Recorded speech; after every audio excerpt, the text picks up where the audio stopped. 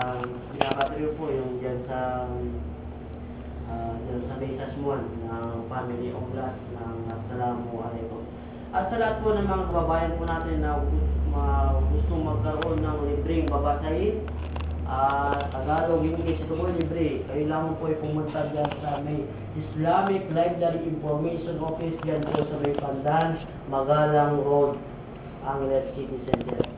Sa po ng mga kababayan, mga Muslim, at sa mga bagong Muslim at non-Muslim, welcome po kayo. Huwag po kayo maya dyan sa Islamic Library Information Office.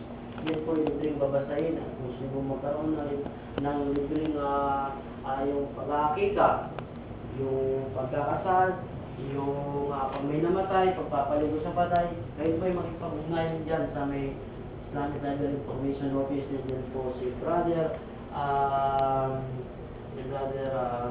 Ibrahim Pineda. Sinasalam po natin siya. Assalamualaikum. At kay Sister Fatima. Assalamualaikum.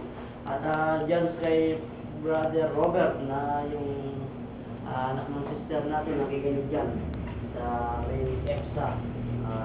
Kaya pa po. At noong pong nakaraan, Sabado ay ating pong natalakay, bago po tayo may iba't ibang topic, ay natalakay po natin yung tungkol sa tatlong uri ng puso na ito ay tinataglay ng tao. Kasi nung nakarang Sabado ay araw, pagka-linggo nun ay araw ng mga puso. Sa Islam naman, merong uri ang mga puso na tinataglay ng tao, na kung saan ito ay yung dalawa ay delikado sa tao at yung isa yung ang pinakamainam sa kanya kung siya ay mayroong pusong mapayapa. Kasi ang tatlong ito, na kung saan ay tatlong uri ng puso na tinataglay ng tao, ay yung isa ay yun ang dapat kunin ng isang mananampalataya. Yung unang puso na sinabi, yung kalbul mayt, yung pusong patay.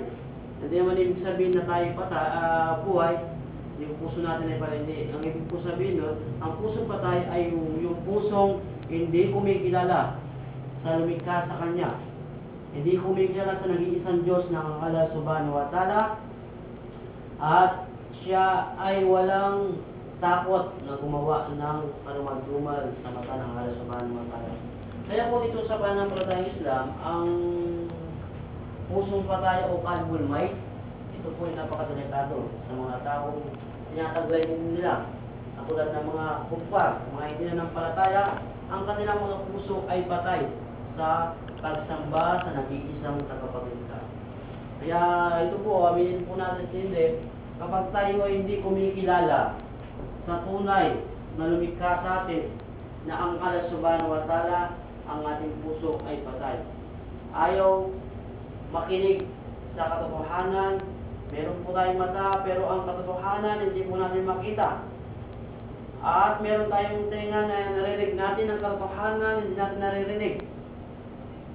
At ito po mga kababayan, ang pusong patay, napakadelikado. Kaya kami po, alhamdulillah, kami po ay dati na hindi na nanampalataya, nung kami po ay non-Muslim, naalis po kami doon sa tinatawag na kalbul mayt, na ang pusong patay.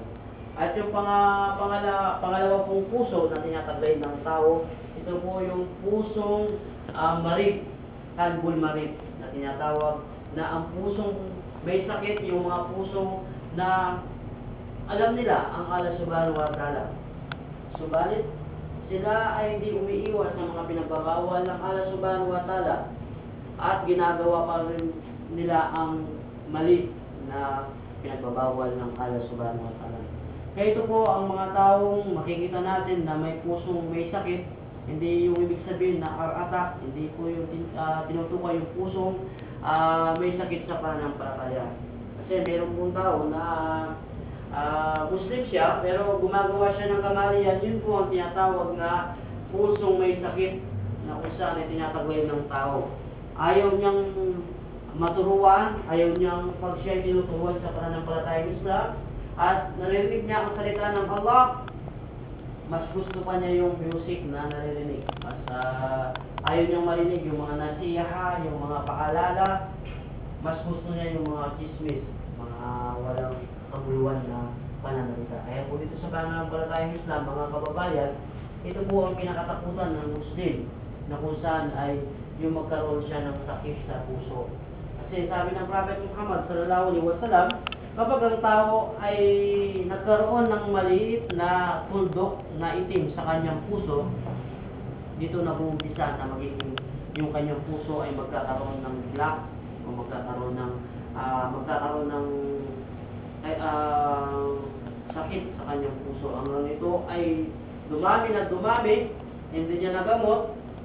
Ito po mga kababayan ay napakadelikado sa mga taong may pusong may sakit sa pananampalataya.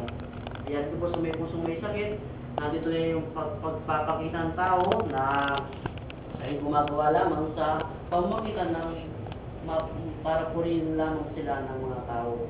Kaya ito po ang delikado sa may pusong may sakit na napakadelikado na ito po ay kailangan iwasan ng isang Muslim. Kaya kung kayo po ay nakakita ng mga Muslim na gumagawa ng kamalian, yun po ang kanilang puso na kung saan ay tinataglay ng pusong may sakit sa pananampalataya.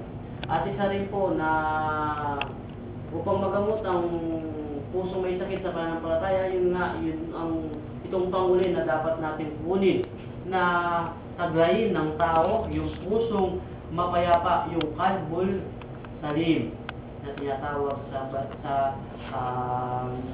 Arabic. Itong qalbul salim, ito po ang pusong mapayapa na kung saan siya ay nagpapasalamat sa Allah sa anumang bagay na pinagkaloob ng Allah sa loob ng isang araw o anumang bagay na pagsubok, problema na binigay sa kanya ng Allah subhanahu wa ta'ala ay kanyang tinatanggap. Yun po ang tinatawag na pusong mapayapa. At ang pusong mapayapa ay walang hinahangad kundi yung pagsamba sa nag-iisang tagapaglikha at siya'y sumusunod sa pamamaraan ng Prophet Muhammad sallallahu alaihi wasallam. Yun po ang tinatawag na pusong mapayapa. At kung paano tayo magkaroon ng pusong mapayapa, mga kapatid, sa pananampalatayang Islam ay unang-una yung tayo magkaroon ng kalaman sa pananampalatayang Islam.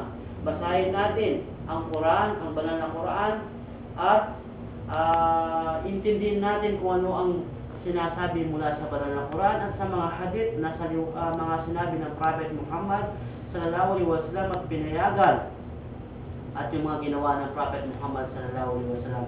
Kaya ito po mga kababayan, ito po qalbul salim. Sabi nga ng Allah subhanahu wa ta'ala, afala dhikrullahi tatma'innul qulub. Di ba sinabi ng Allah ang pag-aalala sa nag-iisang tagapaglikha, ito po ang nagbibigay ng kapayapaan sa puso ng bawat tao na kung saan ito ang puso mapayapa. Ang matamis sa iyong puso kapag ikaw ay nag-aalala ka sa Allah subhanahu wa ta'ala ng patuloy sa araw-araw, oras-oras na pagsamba sa nag-iisang tagapaglikha.